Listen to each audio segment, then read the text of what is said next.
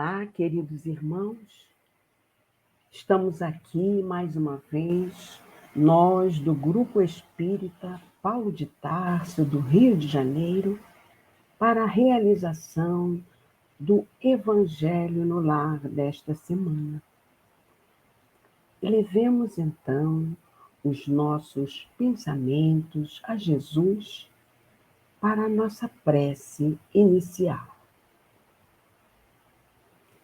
Graças a Deus, obrigada, Senhor Jesus, Mestre querido, condutor e governador deste planeta. Te pedimos, Senhor, a vossa proteção, o auxílio desses guias e mentores espirituais que, em seu nome, Senhor Jesus, estão nos assistindo, que possamos ser inspirados para proferirmos palavras que toquem os corações daqueles que puderem ouvir as mensagens do seu Evangelho, proferidas e refletidas por cada um de nós. Gratidão, sobretudo, ao nosso Pai Maior, a quem pedimos muita proteção e a devida permissão para iniciarmos o estudo do Evangelho de hoje, dando juntos graças a Deus. Então, queridos irmãos, nosso Evangelho no Lar de hoje será tratado o estudo do capítulo 5, Bem-aventurados os aflitos, não é? Nós estamos no subtítulo O Suicídio e a Loucura, e para iniciar esse subtítulo, eu vou passar a palavra para a nossa querida irmãzinha Vânia. A palavra é sua, minha irmã. Olá você, saudações fraternas. Hoje nós vamos estudar um item muito importante para o qual nós pedimos a sua atenção, pois que se aproxima a comemoração do Natal aqui na Terra. E nesse período, infelizmente, ocorre um grande número de suicídios. Então, que nós, no Evangelho em nossos lares, possamos fazer as nossas preces endereçadas principalmente àqueles que estão com ideação suicida. E a lição, o estudo que nós vamos iniciar hoje, ele traz muitos esclarecimentos a fim de que nós fiquemos atentos, pois com a correria em que se transformou a vida da maioria das pessoas, as impede de olhar com mais calma, com mais tempo, para os familiares e para aqueles que estão à nossa volta. Então, muitas vezes, as famílias são surpreendidas com o suicídio do ente querido, né? Que não deixa uma carta, um bilhete, um aviso. Então, aí é hora de nós mentalizarmos Jesus para que nós possamos compreender essa triste situação que hoje acomete um grande número de pessoas, inclusive crianças e jovens. Então vamos lá fazer a leitura do que Kardec nos deixou acerca desse tópico, o suicídio e a loucura. Item 14. A calma e a resignação adquiridas na maneira de considerar a vida terrestre e a confiança no futuro dão ao espírito uma serenidade, que é o melhor preservativo contra a loucura e o suicídio. Com efeito, é certo que a maioria desses casos de loucura se deve à comoção, ao abalo produzido pelas vicissitudes pelos infortúnios, os reveses, que o homem não tem coragem de suportar. Se, portanto, pela maneira com que o Espiritismo faz encarar as coisas deste mundo, o homem recebe com indiferença, mesmo com alegria, os reveses e as decepções que o teriam desesperado em outras circunstâncias. É evidente que essa força que o coloca acima dos acontecimentos preserva-lhe a razão dos abalos que, se não fora isso, a teriam perturbado. Então, de que depende nós nos preservarmos, nos resguardarmos para evitar a loucura e o suicídio? Então, Kardec coloca a calma e a resignação adquiridas na maneira de considerar a vida terrestre. É a primeira situação, a primeira explicação que Kardec coloca. Então, você vai dizer assim, mas, Vânia, como é que nós vamos proceder para com aqueles que não têm uma religião, para aqueles até que não acreditam em Deus? Nós vamos lembrar que, independente de acreditarmos em Deus ou seguirmos alguma religião, todos nós temos conosco inscritas nas leis, na consciência, as leis divinas. Então, todos nós sabemos que a vida é um dom que nós devemos aproveitar. Não aproveitar no sentido de satisfazer caprichos, vícios, paixões, mas aproveitar para o nosso amadurecimento, para o nosso aprendizado, para a nossa evolução intelectual, moral, né? E aí, Kardec, então, coloca que a maneira pela qual a gente considera a vida, ou seja, se nós sabemos que todos nós um dia vamos morrer, isto é, o nosso corpo morre, por que é que nós vamos ficar preocupados em exagero com as coisas da terra? Com os bens móveis e imóveis, os títulos honoríficos ou acadêmicos, os prazeres que a vida material nos oferece.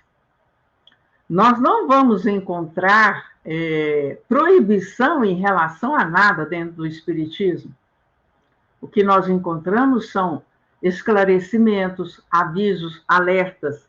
Então, se nós mantivermos a calma, ainda que relativa, nós conseguiremos evitar essas situações drásticas, quais a loucura e o suicídio. E quanto à resignação, o que significa resignação? Resignação significa aquela aceitação, aquela compreensão daquilo que nos acontece para o nosso aprendizado, para o nosso amadurecimento enquanto seres humanos. Absolutamente temos que ampliar a nossa compreensão, desfazendo em nós os nós criados pelos sentimentos de culpa, de fracasso, punição, pois, na verdade, como Deus é soberanamente bom, justo e misericordioso, conforme nos mostra a questão número 13 do Livro dos Espíritos, o que nos acontece é para nós analisarmos, refletirmos e aprendermos. Absolutamente não é castigo, nem punição. Simplesmente é o resultado de nossas escolhas. É o efeito daquilo que nós fizemos. Simplesmente. Então, se nós tivermos a calma que advém, que nasce de onde? Daquele pensamento, daquela verdade de que tudo é passageiro, tudo é transitório, tudo dura pouco, tudo é efêmero.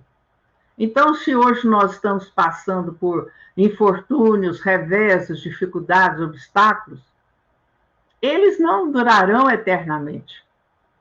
E quanto maior a nossa resignação, a nossa aceitação, a nossa confiança no Criador, na sua misericórdia, melhor passaremos por essas situações.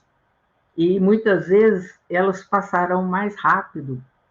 Meus caros, muitas vezes uma dificuldade se prolonga por conta dos pensamentos, sentimentos que nos invadem, de revolta, de desespero, de inconformidade, de indignação. Muitos se põem a dizer: eu não mereço isso, eu não fiz nada para merecer isso, por que que Deus está me castigando? Então aí vem aquele vitimismo inútil que paralisa o exercício do raciocínio, da lógica e do bom senso que Kardec nos ensinou. E aí, Kardec lembra também a confiança no futuro, né, traz essa serenidade diante das dificuldades pelas quais estejamos passando. Por quê? A confiança no futuro, não só no futuro dessa vida, mas nas vidas que virão. Por quê? Você diz assim: Vânia, mas demora demais. Vamos recordar uma das leis divinas, que é a lei do progresso. Então, tudo que existe progride, e nós também. Só que, como nós detemos a inteligência, a razão, o livre-arbítrio, muitas vezes nós fazemos escolhas equivocadas. Então, nós acabamos nos demorando em nossa jornada evolutiva, em nossa marcha, em nossa caminhada, pois sabemos que nenhum de nós pula degraus, dá saltos para alcançar essa perfeição a que todos nós temos direito e para a qual todos nós fomos criados.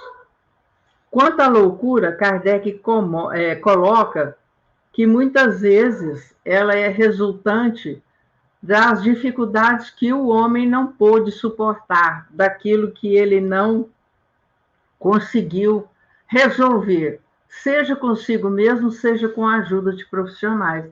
Mas vamos lembrar que hoje, com os avanços na área de saúde mental, há inúmeras alternativas para que nós tenhamos apoio, orientação, esclarecimento quanto às dificuldades, aos problemas que nós enfrentamos. Certo? E depois, Kardec também vai falar que muitas vezes, né, aquela criatura que é materialista, aquela criatura que não acredita em Deus, ela muitas vezes ela se revolta, se desespera. Mas se ela crê em Deus, se ela tem uma compreensão da causa do sofrimento que nós vimos nesse mesmo capítulo anteriormente, né? De vez em quando é bom reler, viu? Você que está aí pensando assim: eu estou sendo castigado, né? Sem ter culpa, sem ter problemas, sem dever. O item Justiça das Aflições é bastante claro quanto a isso, né? E então, voltando ao caso oposto, aqueles que às vezes até recebem com alegria ou com indiferença as dificuldades pelas quais ele está passando, né? É sinal de que ele já entende que essa situação vai passar, e com mais rapidez, com mais facilidade, dependendo da sua resignação, da sua aceitação, do seu entendimento. Queremos lembrar que resignação não é aquela atitude de quem vai se acomodar, de quem vai ficar parado, esperando que a solução venha dos céus. Absolutamente. É aquela postura íntima, individual, em que nós serenamos o ânimo e sabemos que aquilo vai passar. A dificuldade vai resolver. Por quê? Porque nenhum de nós está sozinho, independente de acreditarmos ou não. Todos nós somos amparados e auxiliados, não só pelo nosso mentor, por aquele espírito designado para nos acompanhar em nossa jornada evolutiva, mas também por aqueles benfeitores espirituais e aqueles nossos familiares que estão já em condições de entendimento, que vêm ao nosso socorro, nos fortalecer a coragem, o bom ânimo, a fé, para que consigamos vencer esses obstáculos. O que nós tivermos que passar como lição, eles não poderão retirar, mas eles poderão nos dar as forças de que necessitamos para atravessar aquele período, aquela dificuldade. Né? Então, está em nós evitarmos essas situações, vamos dizer, mais drásticas, quais sejam do suicídio e da loucura. E nós queremos lembrar aqui também que na questão da loucura, né, embora haja alguns tipos de... porque a época de Kardec o pessoal falava loucura, né? Hoje, o próprio Código Internacional de Doenças, ele traz para nós as várias designações de acordo com as descobertas da ciência. Né? Então, há aqueles casos em que tem uma porcentagem fruto da hereditariedade ou da genética, mas nós sabemos que a grande origem somos nós mesmos. É o nosso espírito que, ainda cheio de imperfeições, faz escolhas equivocadas, escolhe caminhos ainda sombrios, e depois advém as consequências também de sentimentos e emoções mal elaborados, mal trabalhados. Tá? E agora nós passamos a palavra para a querida Norma para ela dar sequência ao nosso estudo de hoje. É com você, Norminha. Obrigada, querida Vânia. Então vamos ao item 15, meus irmãos. Ocorre o mesmo com o suicídio, com exceção daqueles que se efetuam no estado de embriaguez e de loucura e que se pode chamar inconscientes. É certo que, quaisquer que sejam os motivos particulares, têm sempre por causa um descontentamento. Ora, aquele que está certo de não ser infeliz senão por um dia e de serem melhores os dias seguintes, tem facilmente paciência.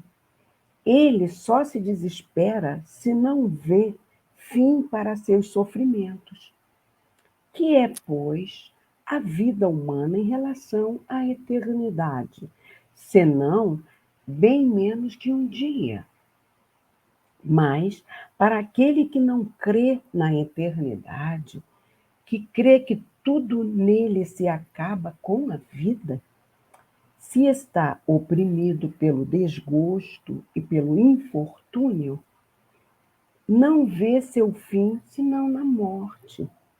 Não esperando nada, acha muito natural, muito lógico mesmo, abreviar suas misérias pelo suicídio.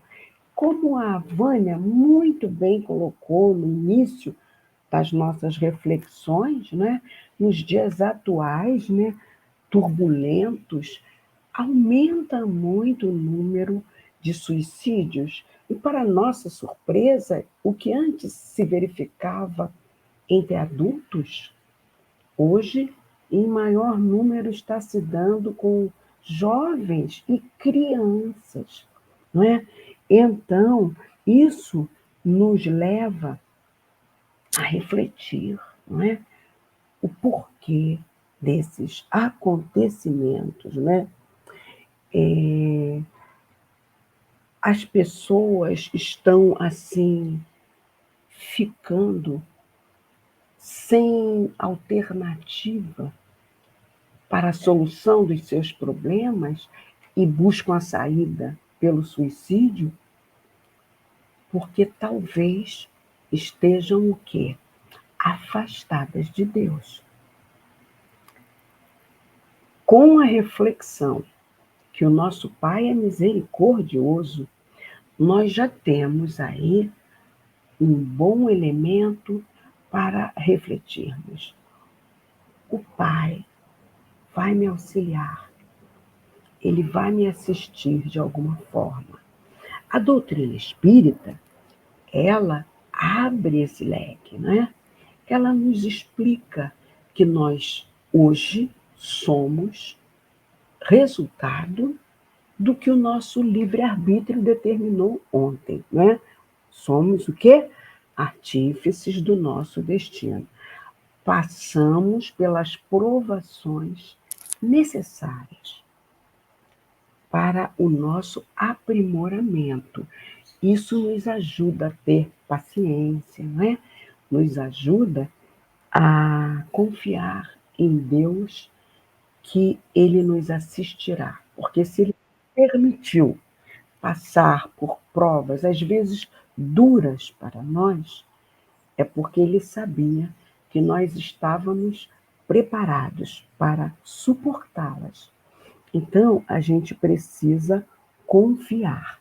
Esse vazio de Deus, a gente reconecta quando a gente se volta a refletir, não é? Sobre o Evangelho. E assim a gente passa a entender com clareza a nossa razão nos faz refletir que ninguém é feliz para sempre. Isso aí só no conto da carochinha. Tanto os bons quanto os maus momentos, eles passam. Então, a vida é feita para o nosso aprimoramento. E o sofrimento e a dor nos aprimora, nos lapida, assim como a pedra bruta é lapidada para ficar reluzente, nós, espíritos imortais, passamos por essas dificuldades para que possamos reluzir no futuro. Mas essa condição nós temos inseridos naqueles que já abriram a consciência para que somos espíritos imortais, que a vida não acaba aqui, nesta existência, não é? Então, aqueles que não conseguiram ainda construir em si têm muito mais dificuldade. E aí, diante do acicatamento que a vida traz para o progresso, ele se abate muito, porque falta-lhe desenvolver essa asa do amor, essa asa do entendimento evangélico de Jesus. E assim, ele sucumbe diante das provações mais duras. Chico Xavier teve um período da vida que passava por dificuldades. É assim como a Vânia citou muito bem, né? Às vezes a gente fica, gente, mas o que eu fiz para merecer isso, né? A pergunta não é por quê, é para que eu estou passando isso, né? Então, se eu tenho um parente de difícil trato, preciso desenvolver a minha paciência. Quem sabe eu antes não tenha sido, não é, um inimigo dele, por isso ele tenha tanta dificuldade de lidar comigo. Então, para que eu estou passando isso? Então, quando Chico passou por um momento difícil, ele estava assim com esse tipo de questionamento, né? Foi esclarecido para ele pelo benfeitor que Nossa Senhora disse para ele, Maria, né? Que tudo passa. É essa confiança que aquele que estuda o Evangelho e busca vivenciá-lo, ele tem e o sustenta, não é? O sustenta em passar por aquela provação sem se debater, como a Vânia bem falou. Porque se ele se debater, a coisa piora, não é? É como se a gente estivesse num lamaçal, num atoleiro, quanto mais a gente se debate e resiste, mais a gente afunda naquele atoleiro. Então é preciso ter paciência, fé em Deus e ação na busca dos resultados, confiando que virá uma solução, tá bom? Por quê? Caso sucumba em função de não acreditar que a vida continua, o que o espírito vai se deparar? Quais serão as suas primeiras impressões por ter desencarnado pelo suicídio? E aí Emmanuel nos responde no livro Consolador: a primeira decepção que os aguarda é a realidade da vida que não se extingue com as transições da morte do corpo físico. Vida essa agravada por tormentos pavorosos, em virtude de sua decisão tocada de suprema rebeldia. É aquilo que a Vânia falou. A gente culpa a Deus, porque Deus está me punindo. A gente não olha se fomos nós mesmos que construímos aquelas consequências pelas quais estamos vivenciando. E aí Emmanuel continua: suicidas há que continuam experimentando os padecimentos físicos da última hora terrestre em seu corpo somático indefinidamente.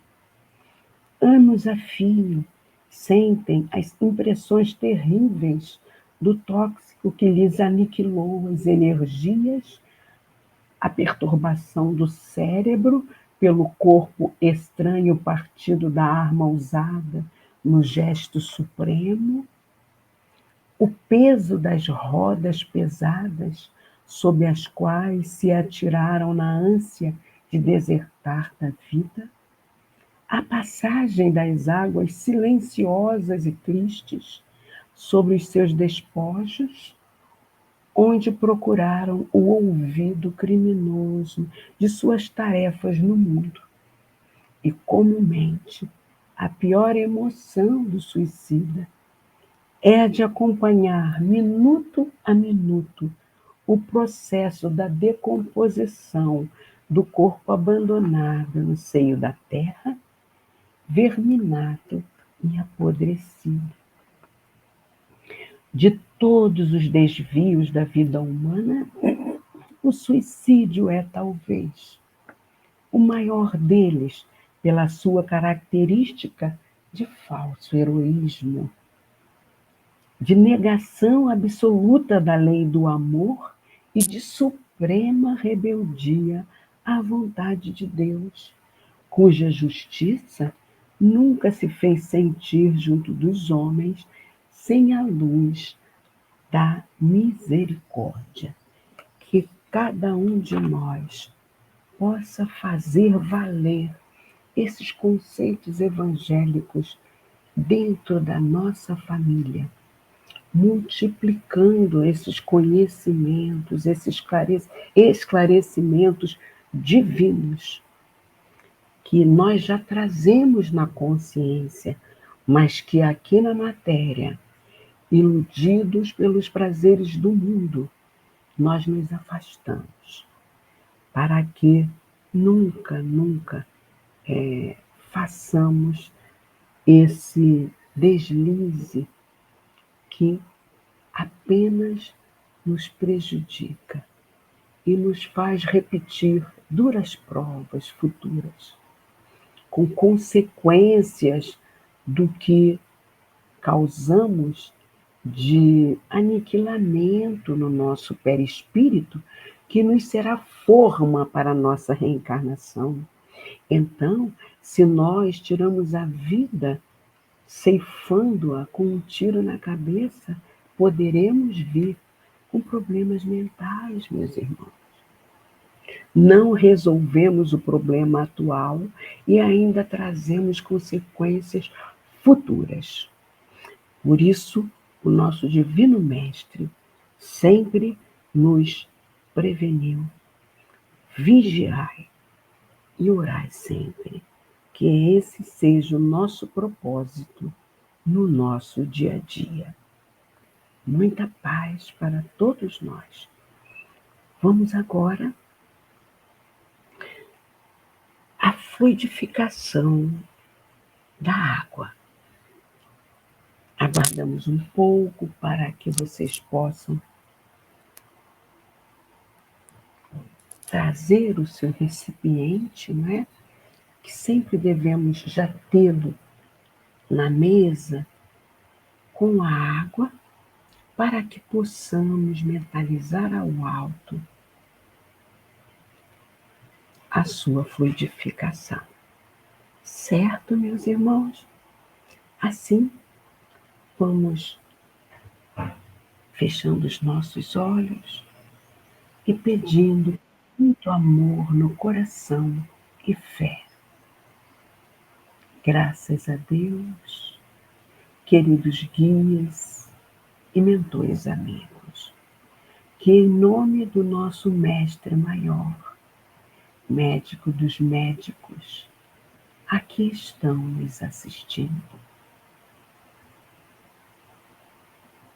Faças com que seus fluidos balsâmicos, medicamentosos, possam penetrar nesta água, transformando-a num remédio para os nossos corpos físicos e espirituais.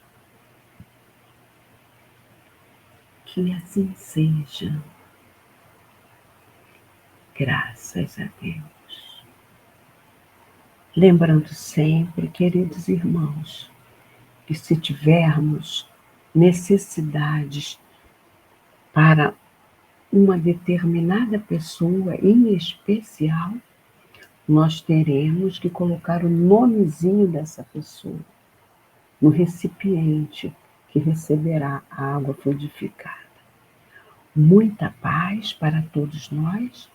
Agora vou transmitir a palavra para a nossa irmãzinha Vânia, para a nossa prece final.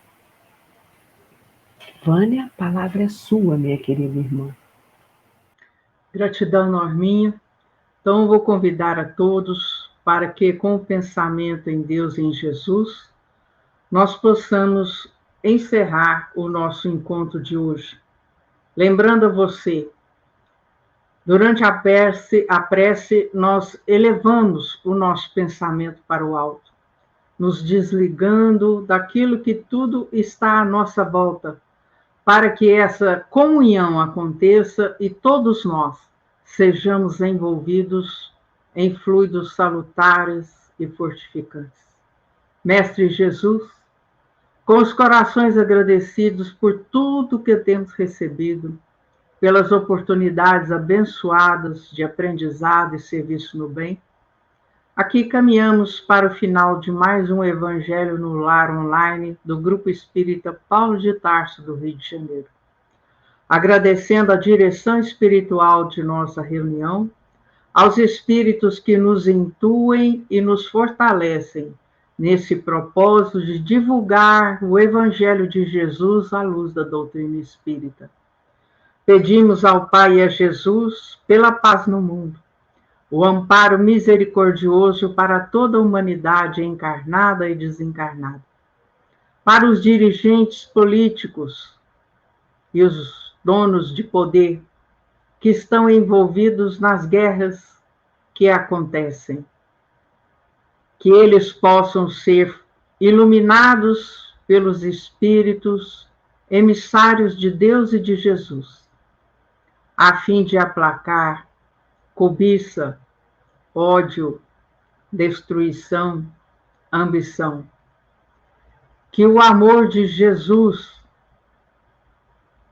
seja revigorado nos corações daqueles que querem alimentar o ódio, a morte de tantas pessoas.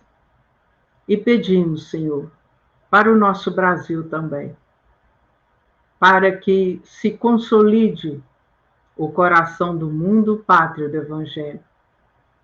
Que nós possamos todos nos prepararmos, tão logo sejamos convocados a compartilhar a solidariedade e a fraternidade para com aqueles que chegarão ao Brasil. E com o coração agradecido, Senhor, em seu nome, nós encerramos o nosso estudo de hoje. Muita paz para todos, que Deus nos abençoe hoje e sempre. Que assim seja. E agora, dentro das considerações finais do nosso encontro, nós vamos chamar o nosso companheiro de Uberaba, Minas Gerais, palestrante, escritor espírita, Joamar Zanolini Nazarete, que vai falar a respeito do Evangelho do Lar para todos nós. Um grande abraço. A nossa querida companheira Vânia, de Uberlândia, né, temos um carinho muito especial pela nossa companheira Vânia, ela pediu-nos aqui que falássemos um pouco sobre a questão do Evangelho no lar. E é uma questão muito importante, porque nós vemos todos os dias a dificuldade que as famílias estão tendo em relação à educação dos filhos, essas questões que nós temos encontrado aí, né, nas notícias, né, das crianças na escola, dificuldades de violência muitas vezes na escola, crianças que chegam no ambiente escolar com uma deficiência de valores que são valores que devem ser ensinados pelos pais, não são valores de obrigação, por exemplo, da escola. Quando a gente fala em educação, existe todo um trabalho muito grande e importante. E esse trabalho ele é feito, parte muito séria, no núcleo familiar, com os pais junto à criança. Uma outra parte é feita pelos institutos de educação, então ela vai se socializar na escola, vai receber orientações e valores, e a educação então ela vai se construindo ao longo da vida daquela criatura. Mas o trabalho no lar, ele é insubstituível. Devemos lembrar aqui, por exemplo, a colocação de Emmanuel no livro Consolador, quando lembra que a melhor escola ainda é o lar, onde a criança deve receber as bases do sentimento e do caráter. Temos aí ao longo das obras, né, de psicografia do nosso querido companheiro Francisco Cândido Xavier, muitas orientações a respeito da educação, da importância da convivência familiar. Temos também desde Allan Kardec, nós buscamos a questão 685A de O Livro dos Espíritos, nós vamos encontrar lá, né, a orientação já na codificação da importância da educação no lar, na família, porque é competindo aos pais o trabalho sério de orientar e preparar aquela alma, que é um velho companheiro do passado, obviamente, para que ele tenha instrumentos e recursos necessários para o trabalho da melhoria, né, da sua caminhada evolutiva. E os pais têm uma tarefa essencial, né? Quem quiser buscar lá a questão 508 e a 382 do Livro dos Espíritos, nós vamos encontrar lá que os pais influenciam os espíritos dos filhos pela educação, que é a missão, a maternidade, a paternidade. Então, desde a codificação, a gente tem sim as orientações e a preocupação dos espíritos em relação a isso. Isso é muito importante. Mas entre as atribuições e os trabalhos de educação que começam a se desenvolver no lar desde os primeiros dias de vida, existe, obviamente, entre esses instrumentos, a questão do culto no lar, do culto do Evangelho no lar, que é criar o hábito na criança desde a mais tenra idade, a ela cogitar das questões da vida maior, que ela é um espírito imortal, que Deus é o nosso Criador, que Jesus, nosso Mestre maior, que veio trazer o Evangelho aqui na Terra, que nada mais é do que as leis divinas trabalhadas para a nossa compreensão, e trouxe também, né, muitos valores de moralidade. Então, o culto do Evangelho no lar, ele traz para nós uma seriedade muito grande. Por quê? Porque desde os primeiros dias de vida, a criança vai habituando com as questões do espírito. A gente sabe que no mundo que nós estamos vivendo, né, de extremo materialista, né, de extremos valores imediatistas, né, usando uma expressão que não é espírita, mas de Bauman, quando fala que nós vivemos hoje num mundo muito líquido. Isso faz com que as pessoas preocupem-se em demasia com o imediatismo e esquecem de avaliar a vida sob um enfoque maior. E esse enfoque maior, nós que estamos na doutrina espírita, é fabuloso, porque nós entendemos a eternidade do espírito, a imortalidade da alma, a reencarnação como lei, pelo menos provisória, até que o espírito se livre das mazelas mais sérias. Então, tudo isso são valores que precisam ser repassados aos nossos filhos. E desde o lar isso começa a ser feito. E o Evangelho no Lar é uma reunião essencial para esse processo. Por quê? Porque as crianças aprendem desde cedo a pensar em Deus, a falar em Jesus, a ler lições que convidam à prática do bem, a um sentimento mais elevado. Todos os temas podem ser tratados no Evangelho do Lar, né? Mesmo os temas da modernidade, da sexualidade, por exemplo, da questão do namoro, da pré-adolescência, da adolescência, da juventude, tudo. Então a fórmula é aquela que todos nós já conhecemos, né? Obviamente, um dia da semana, um horário devidamente escolhido para que sempre seja mantido, né, nas semanas seguintes, que isso obviamente faz com que espíritos amigos possam se programar a estar conosco, né, porque a espiritualidade é muito trabalho. Não adianta ficar fazendo culto no lar cada vez num dia e horário, porque aí é complicado. Nós temos a companhia dos espíritos amigos, espíritos familiares, etc. Então escolher o dia e horário e vai reunir a família, né, em torno da mesa para a leitura edificante.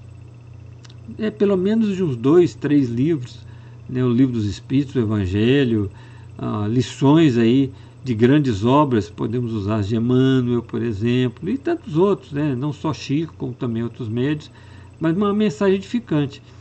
Se tiver crianças, contar historinha, né, para elas desde cedo habituar com as histórias de fundo moral, com as histórias com valores mais elevados, mais equilibrados.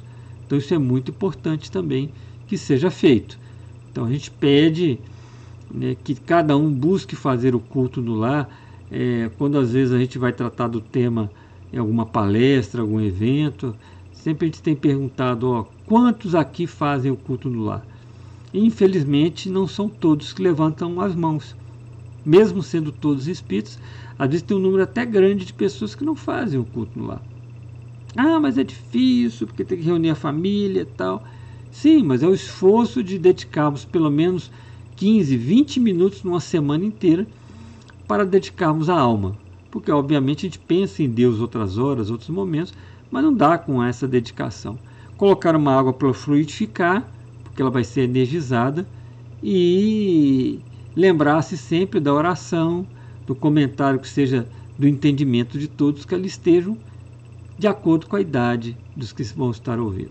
Então seria esse o convite, né, falar da importância do Evangelho no Lar e dizer que é preciso estudar muito para ampararmos melhor a família, para que ela cumpra o papel que lhe compete, né, nesse concerto aí da educação e da transformação do mundo. Muito obrigado pela paciência, pela atenção e até a próxima, se Deus quiser.